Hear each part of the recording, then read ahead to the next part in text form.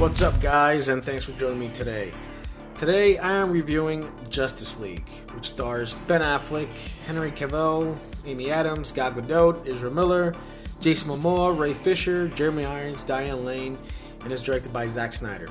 Now, before we get into the review, I just want to let you know this is going to be a spoiler-heavy review, so if you haven't seen the movie, don't see this video yet. See the movie, come back, then watch my review. And I thought it'd be really fun to get Batman from the Dark Knight trilogy, Christopher Nolan's Dark Knight trilogy, to read the plot details of this movie. I just thought it'd be kind of fun, and yeah, why not? What could go wrong, right? Let's do it. Fueled by his restored faith in humanity and inspired by Superman's selfless act, Bruce Wayne. Hey, I'm Bruce Wayne. Yeah, you're Bruce Wayne. Remember I told you this is a different Bruce Wayne from a separate DC universe from what you're in. This isn't you. I'm confused.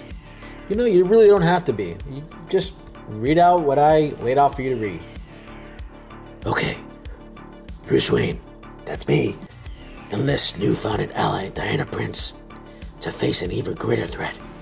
Together, Batman, that's me, and Wonder Woman work quickly to recruit a team to stand against a newly awakened enemy. Hey, I don't remember recruiting a team. Yeah, because you didn't. I told you, this is a separate DC universe. You're not the same Batman. I don't understand. You don't have to understand, man. Just finish reading what I laid out for you to read. I don't like your tone. Alright, fine. Sorry, do you want me to continue reading? Hey, I can read.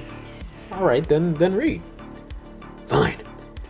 Despite the formation of this unprecedented League of Heroes, Batman, that's me, Wonder Woman, Aquaman, Cyborg, and The Flash, it may be too late to save the planet from an assault of catastrophic proportions. Hey, I don't remember any of this. I don't know what's going on. Yeah, because I said it's not you. It's a different Batman. But why? Why would he replace me? I'm the best Batman there is. Well, that's a matter of opinion. Oh, really? Who thinks there's a better Batman out there than me? Well, for one, I do. I think this Batman here is the best Batman we've ever had. Oh, really? What makes him better than me? Well, for one, he's smart enough to use a voice modifier that changes his voice instead of straining your voice, like the way you're doing right now. Oh, really, smarty pants? Well, I have you know, this is a strategic move. The ladies love this voice. Yeah, okay, if you say so. Well, yeah, I can prove it. Where's Rachel? Rachel! Rachel died, remember? Oh, that's right. Alright, Batman, let's wrap this up. Wait. I'm not leaving here till you say I'm the best Batman there is. I'm not gonna say that. I'm not leaving. Alright, fine, you're the best Batman there is. You promise? Yeah, sure, I promise. Swear to me! Yeah, that was weird. I apologize for that. I had no idea it was gonna go that way. My mistake. Anyway, let's talk about this movie. This movie meant a lot to me. You know, I love these characters. I love the DCEU. You know, I've always been a fan of Superman, Batman, and I loved Wonder Woman. She did awesome this year, her own standalone movie. And you know, this movie has been plagued with a lot of bad news all around.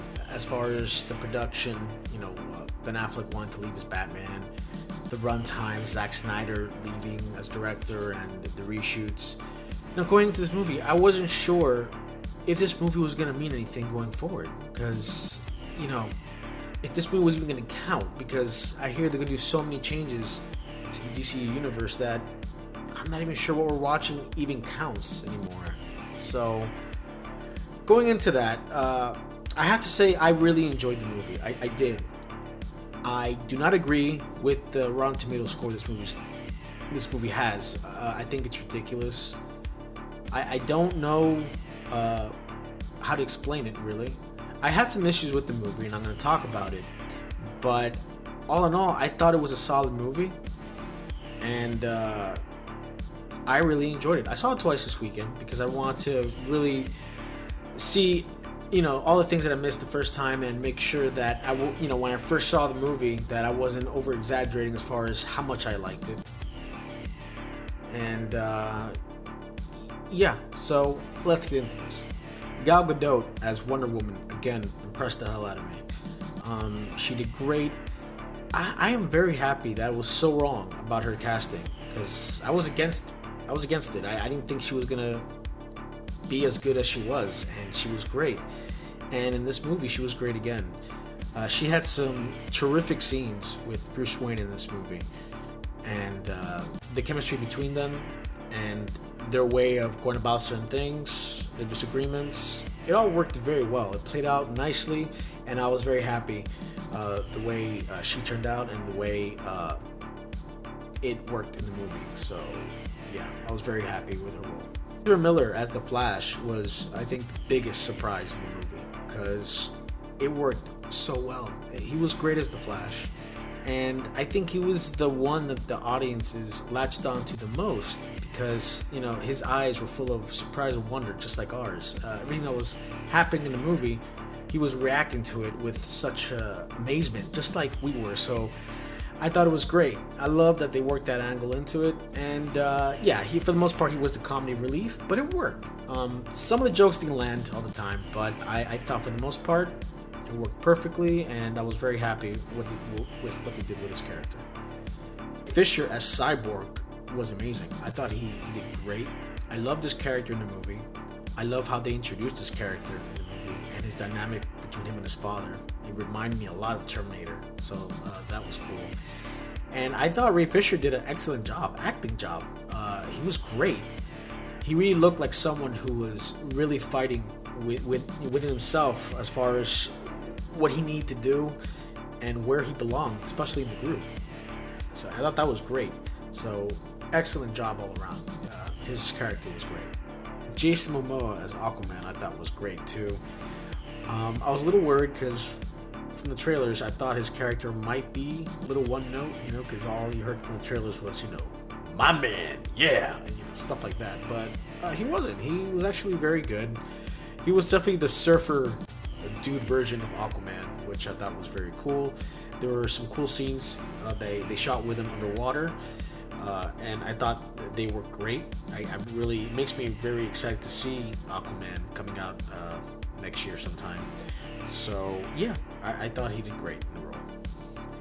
Ben Affleck as Batman, again, outstanding. This is the best Batman we've had on screen.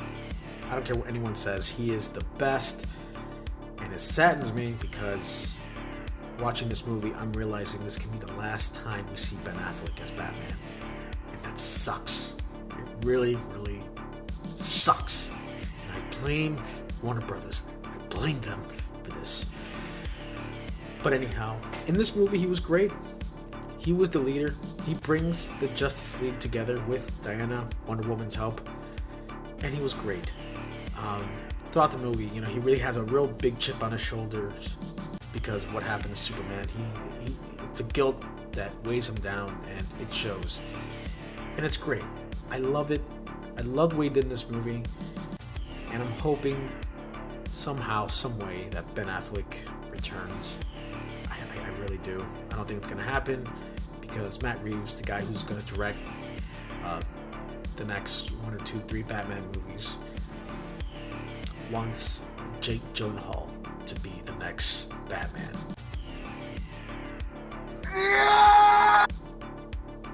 Yeah, that's what I hear.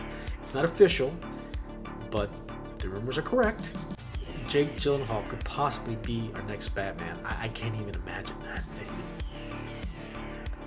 I can't. So, yeah, anyway, Ben Affleck, he did amazing. And if this was your last time playing Batman,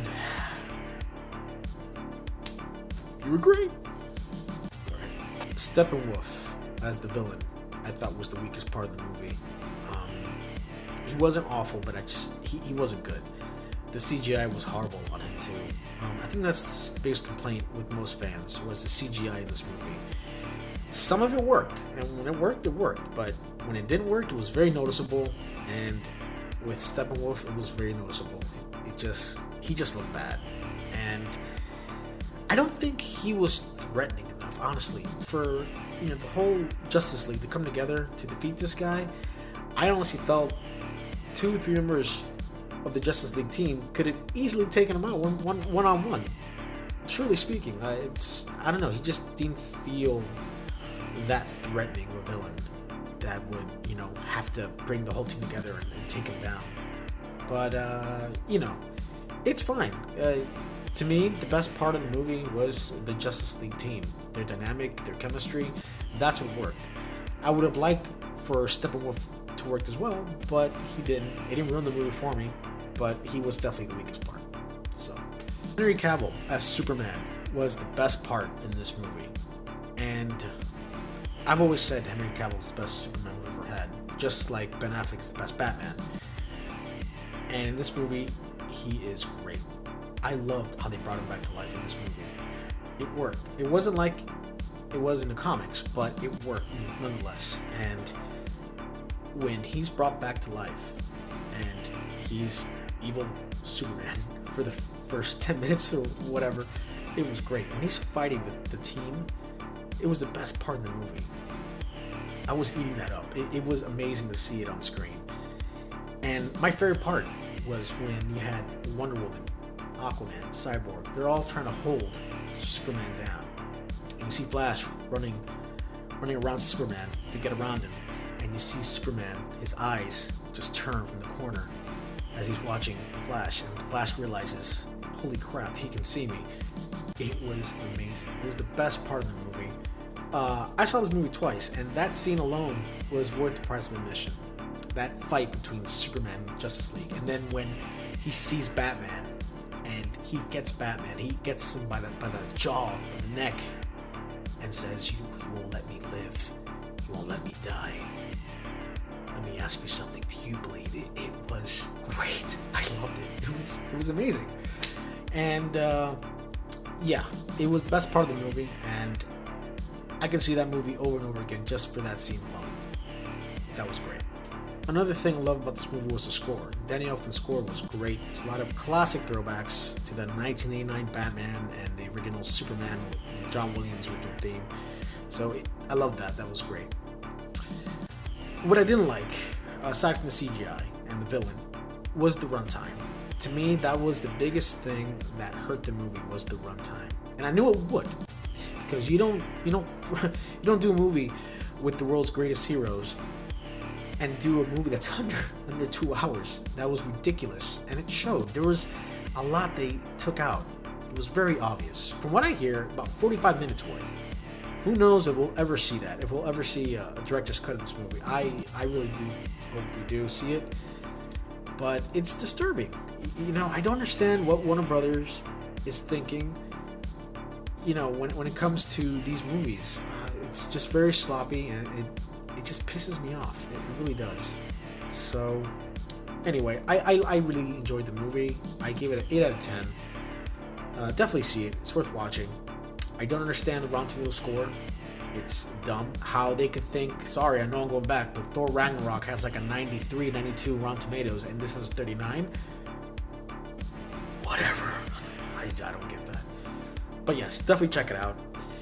And that's about it, guys. If you like my review, please like, share, and subscribe.